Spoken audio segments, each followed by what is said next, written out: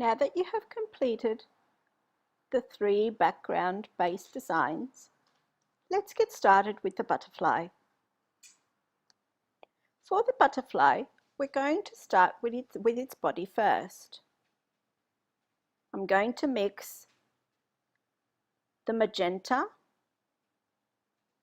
and the blue with a bit of yellow just to make a bit of a brown.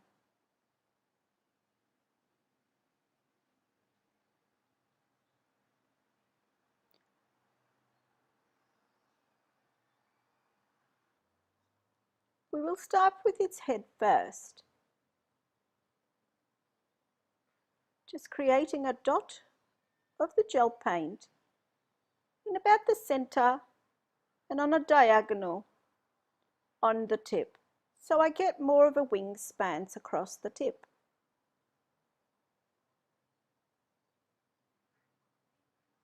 This turns out to be quite a beautiful butterfly, so I don't want to lose on its wings. A nice oval shaped dot for its head, followed by another teardrop shape for its body. I'm doing a dot at the beginning and then stretching it down into like a comma shape.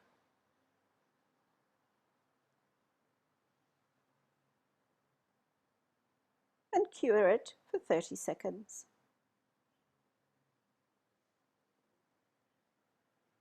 Continuing on with the fine line brush,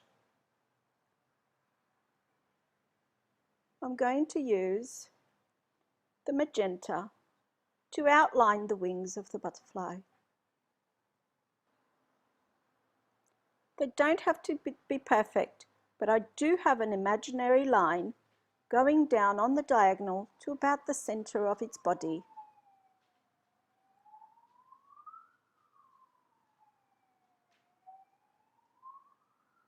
As you can see, I'm not concentrating on making it a complete line either.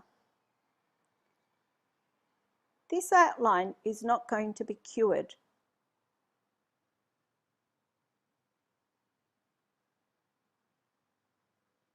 They're also not touching the body. Going ahead and on the imaginary diagonal into the body, I'm creating the other wing. I always do one side first and then the other side with the same shape. This also allows me to make things even. Just pushing down on the bristles to make sure that the paint is well loaded into the fibers.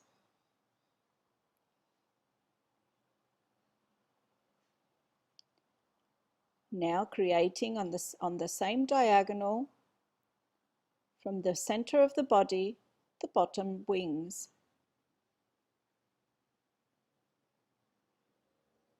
Ensuring there's a bit of a wave, but again, not worried about whether the line is solid.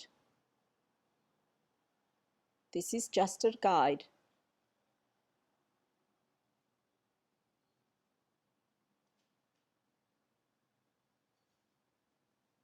The other side.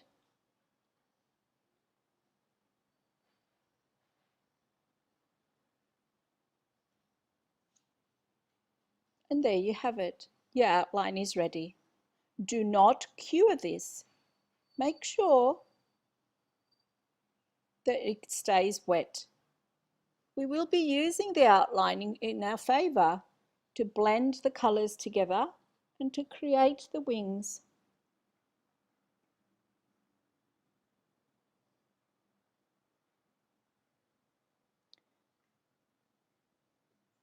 I'll be using the purple and the light magenta. With the folk art brush, which is a small round bristled brush, pick up the first color And I'm concentrating this darker colour on the base of the wing.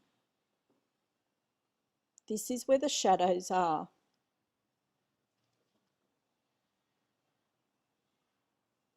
Lightly just painting it on with a small amount of thickness, not too thick but not too thin, so then I've got enough to play with whilst I'm refining the edges.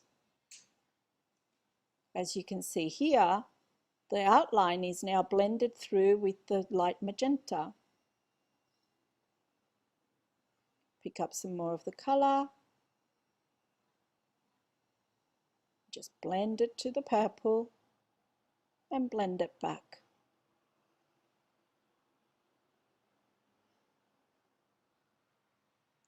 Add some more depth of the purple.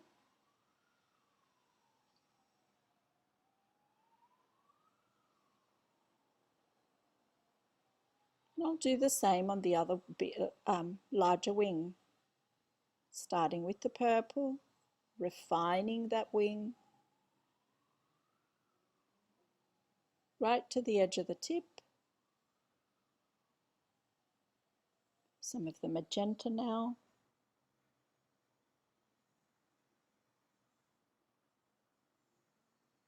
With each stroke that you're doing, you're perfecting and refining.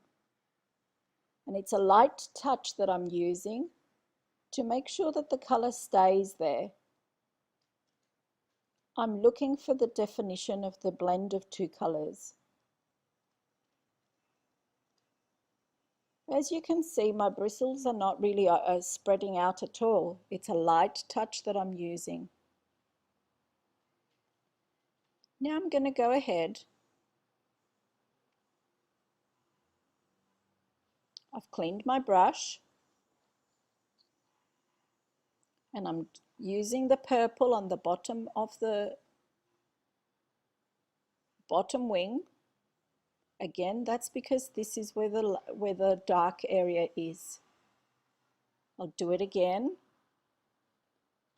in a bit of an S shape as well to the bottom of the other bottom wing. Always thinking of where the shadows are going to be. Now I've got a bit of white, and as you can see, it's only on one side of my brush. I'm adding a dot, two dots to the top of the wing. I'm just leaving it there for now. This has got quite a thick consistency, this paint.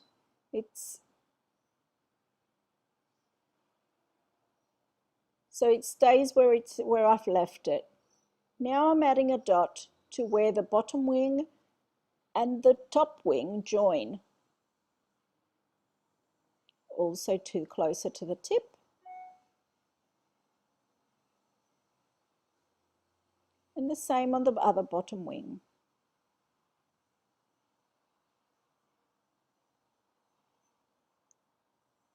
Because of its thicker consistency, I'm not worried that this is going to bleed out on me everywhere. Now I'm adding a dot to the opposite side of where the dark area is. This is going to create a highlight. Now with a clean brush, I'm going to blend the white into the top of the wing. And blend it down, keep blending it down.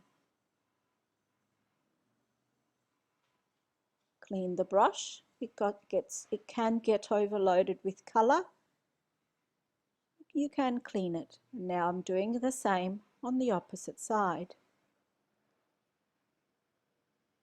Make sure that you don't take this blending of the white all the way to the purple area, because you do not want to lose your darkness in the colouring.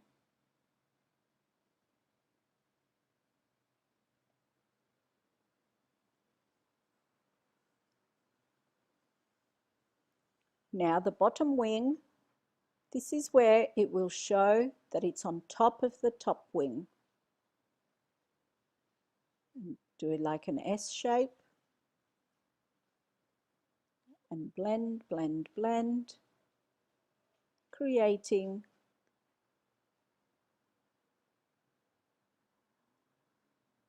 that ombre effect.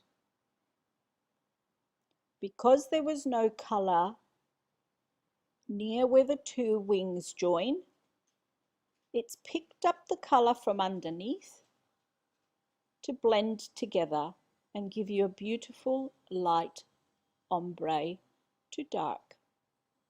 I did add just then some more white to make the blend more refined. Now doing the same on the other bottom wing. Watch what I'm doing. Blending, blending, and doing a backward S shape. And blending to the dark.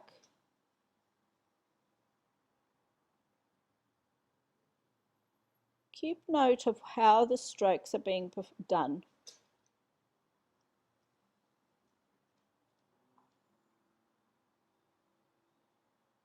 There we go.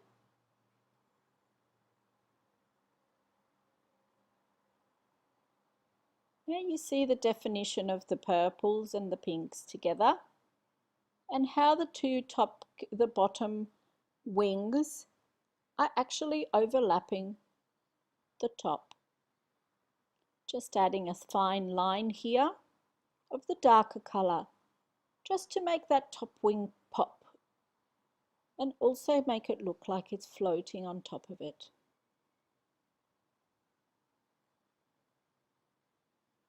And the same on the other side.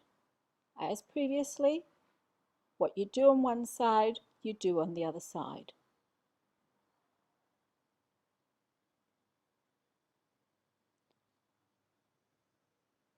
Still with my fine line brush now, I'm going to give the definition of veins in the wing. I've got a big little dot at the top, and I'm just spreading it and spreading it down, creating the finest line.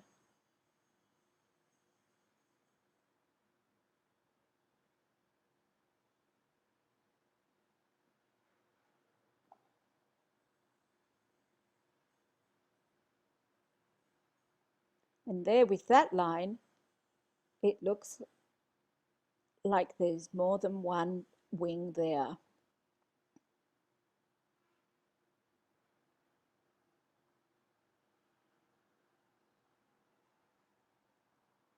Same on this wing. Just doing the veins and refining. As you can see, up to now, we've not done any curing. It's still a wet on wet technique. Just defining the bottom wings now. And wherever possible, just overextending on these little veins. Just defining the wings.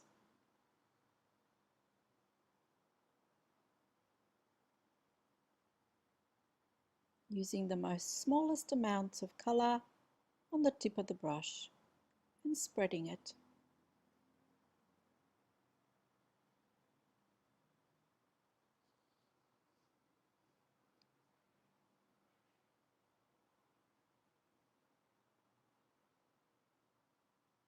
And again on the other side, keeping things even.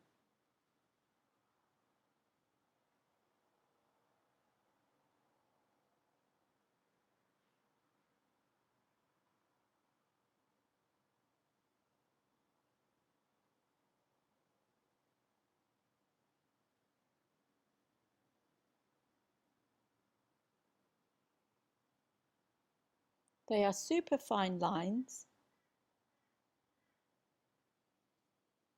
They just look thicker on camera, but they are very, very fine. Now with the same tip of that same fine line brush, I'm loading the colour onto the tip and adding dots for the wings.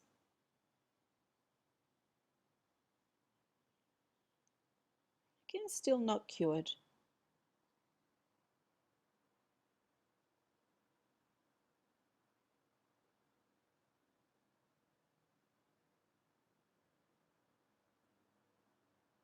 Just little clusters of dots. They don't need to be everywhere. Groups of 3 makes it nice.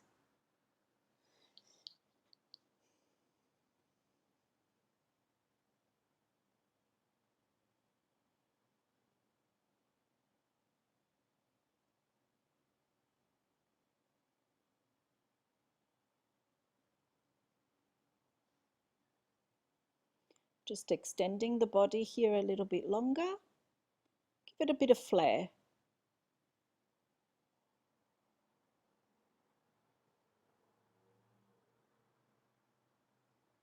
As you can see from the background, you can see that the base is coming through, but it's not dominating your design.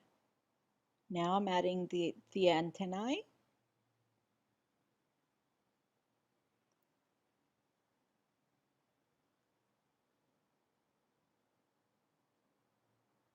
And it's ready to cure.